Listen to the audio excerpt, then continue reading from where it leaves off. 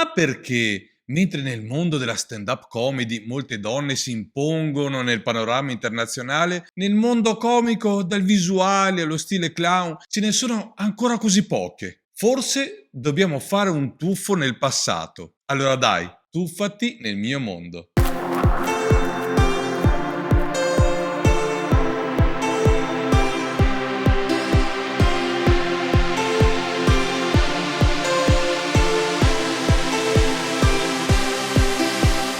Ciao, io sono Dandy Danno e faccio il comico visuale. Insieme a Diva G siamo un duo comico. In questo canale, se sei appena arrivato, sappi che parliamo di comicità, della sua storia e delle sue tecniche e i segreti. Siamo inoltre gli organizzatori del Think Comedy Festival. Sì, il famoso festival della comicità muta. Non lo conosci? Allora poi ti aspettiamo qui. Siamo un duo comico. Sì, siamo Dandy Danno e Diva G e lei è un clown donna. Ti aspettavi trucchi esagerati e altre stramberie? Beh, ora il Nouveau Clown è diverso e noi ne rappresentiamo il tipo. Ma oggi mi chiedo perché sono così poche le ragazze che fanno questo mestiere. In primis è molto diverso il clown donna e la donna clown. La donna clown è una donna che interpreta un personaggio di clown, mentre il clown donna è un personaggio clown che rappresenta una donna, che può essere interpretata sia da una donna che da un uomo. Il pagliaccio è asessuato, sì. Il clown è soprattutto un personaggio non binario, è neutrale, non è né maschio né femmina. Il clown è un clown, tutto qui. È assessuato perché l'importante per il clown è far ridere la gente. Non è lì come l'attore o l'attrice per recitare mettendo in risalto la sua bellezza maschile o femminile. Questo tipo di comicità ti permette di essere e fare come desideri, senza la barriera del genere. Infatti, al circo, in teatro, il clown è il clown. Se guardiamo i clown di tradizione, il clown Augusto usa il suo fisico per un unico scopo: essere divertente. Il clown bianco invece è sinonimo di eleganza, la bellezza che lo caratterizza è un'estetica specifica del pagliaccio bianco. Vediamo solo la bellezza del trucco e del costume del personaggio. Non vediamo se questo pagliaccio bianco sia interpretato da un uomo o da una donna. Ancora una volta è totalmente asessuato.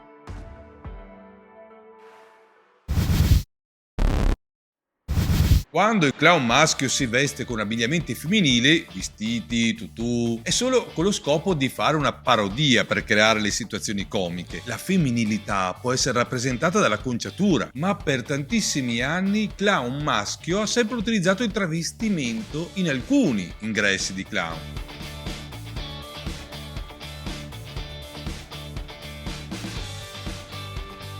Così come l'uomo clown può travestirsi da donna, la donna clown può travestirsi da uomo, sempre con l'obiettivo di creare un paradosso e una parodia. Vediamo ad esempio clown donne che possono indossare una cravatta, una giacca da uomo o fumare un sigaro, che è un segno di mascolinità. Charlie Rivel è un clown maschio e ha sempre indossato un vestito rosso come costume.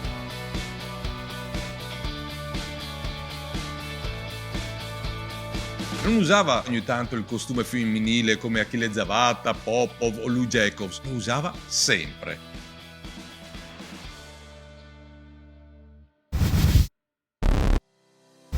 Prima di guardare la storia delle donne nel mondo del clown, bisogna soprattutto collocarla in un contesto storico.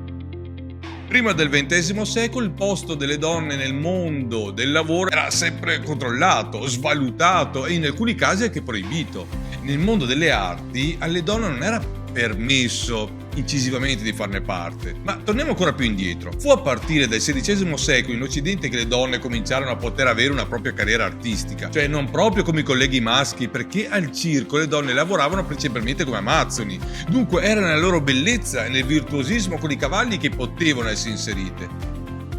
Ma non è cambiato da molto. Pensa che a metà del XIX secolo in Francia all'École des Beaux-Arts era ancora inaccessibile alle donne. A quel tempo solo un terzo degli artisti erano donne e solo il 7% avrebbe potuto lavorare a cachet. Fu grazie alla corrente femminista che durante gli anni 70 si iniziò a valutare il posto delle donne nella società e nella loro identità.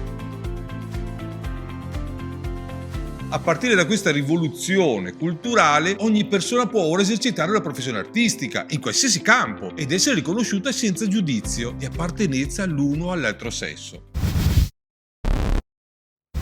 Nel cinema le donne comiche sono apparse già nei primi del Novecento, ricordiamo Louise Fazenda, Eva Tanguay, Mabel Nordman, insomma erano davvero tante e soprattutto forti.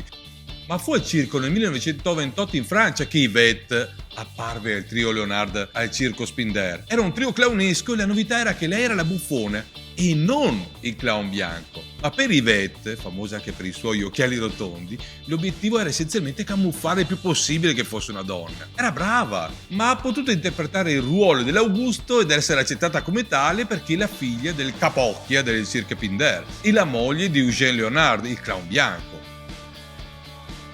Altre pioniere ci sono state, Lulu Adams, il cui vero nome è Louise Creston, è una delle prime donne clown bianco in Inghilterra che lavorava col marito Albertino. E c'erano anche Eva Gerbolas o Lonnie Olchanski per la Germania, in America c'era Evetta che lavorava al Barnum. Successivamente abbiamo avuto Annie Fratellini con suo marito Pierrot nel ruolo del pagliaccio bianco. Penso che qui lo spessore artistico si sia alzato notevolmente. Pensa che sua figlia Valérie Fratellini ha poi interpretato il ruolo del pagliaccio bianco, cioè 2 clown donne nello stesso numero, senza la presenza di un uomo. Era la prima volta in assoluto.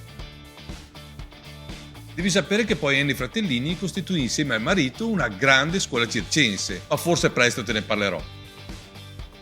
Non possiamo non menzionare la donna clown del film La strada di Federico Fellini, uscito nel 1954.